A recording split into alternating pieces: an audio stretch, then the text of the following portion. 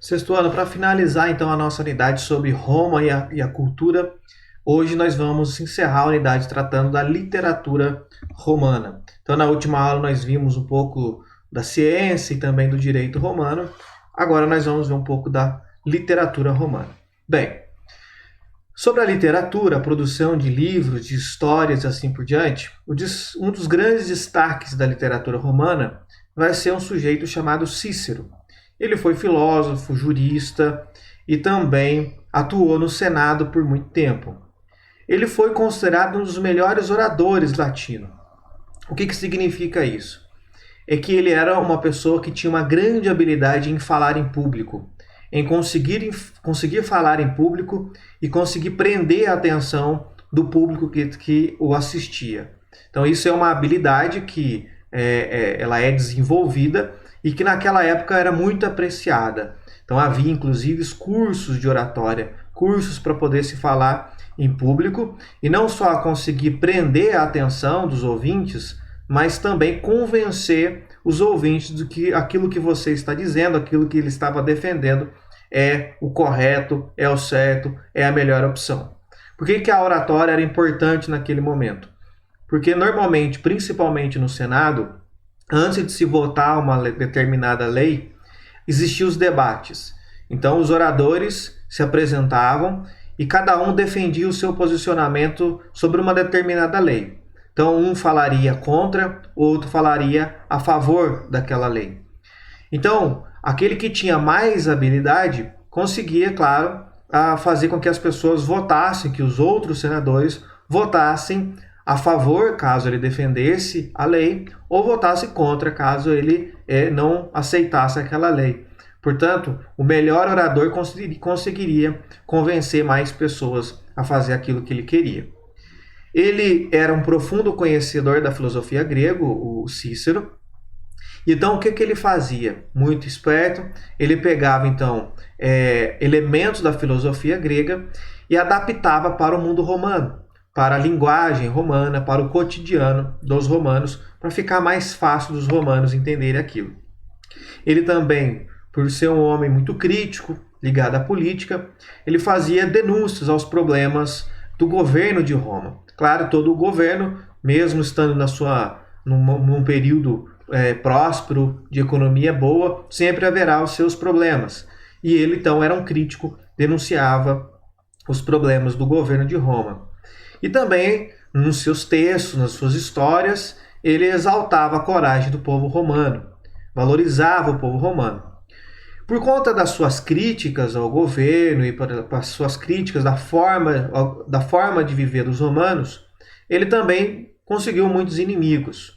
Como ele era conhecido e as suas críticas também eram conhecidas, ele teve muitos inimigos. E acabou sendo afastado das suas funções públicas, dos cargos públicos que ele tinha, pelo imperador Marco Antônio. Bem, os discursos que ele preparava para o Senado, a sua oratória, acabou se tornando um padrão a ser seguido pelos demais. Ele, então, desenvolveu um modelo de discurso, um modelo de oratória, em que serviu de referência e padrão para quem veio depois dele. Então, as pessoas tentavam imitar o modo na qual ele desenvolveu, a modo na qual ele falava em público e fazia os seus discursos. Bem, tínhamos também o teatro em Roma, veio da Grécia, aquele mesmo modelo que veio da Grécia, feito nos anfiteatros e assim por diante, mas em Roma tendo destaque nas comédias, que conseguia fazer críticas ao modelo de vida dos romanos, à política romana, mas apresentando situações engraçadas. Então é uma maneira bastante sutil de fazer crítica, é algo que o humor faz até nos dias de hoje, certo? Faz críticas a uma realidade, algo que está no presente na vida das pessoas, mas de forma engraçada. Então ele fazia crítica também ao modo de vida dos romanos, e além do teatro também tinha algumas fábulas populares. Eram normalmente histórias curtas, contadas para as crianças, e que tinham uma mensagem naquela história. Ou seja, tinha lá uma moral da história, tinha um comportamento a ser seguido naquela história. Certo? Então, quando queria ensinar, principalmente para as crianças, qual era o bom comportamento, qual era a melhor maneira de se comportar na vida, na sociedade. Então eles contavam uma história e essa história explicava o porquê que aquele comportamento era aceito, porquê que aquele era um bom comportamento. Então toda a historinha tinha uma moral da história. Bem, muitas dessas fábulas não tinham um autor conhecido, eram autores desconhecidos, mas algumas outras se conhecia o autor.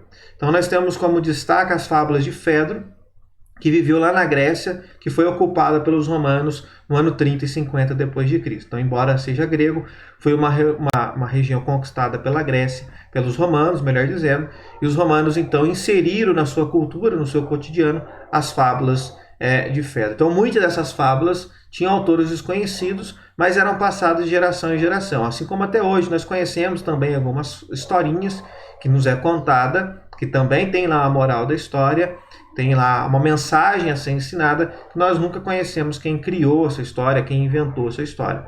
Mas mesmo assim ela é contada sempre, é passada de geração em geração.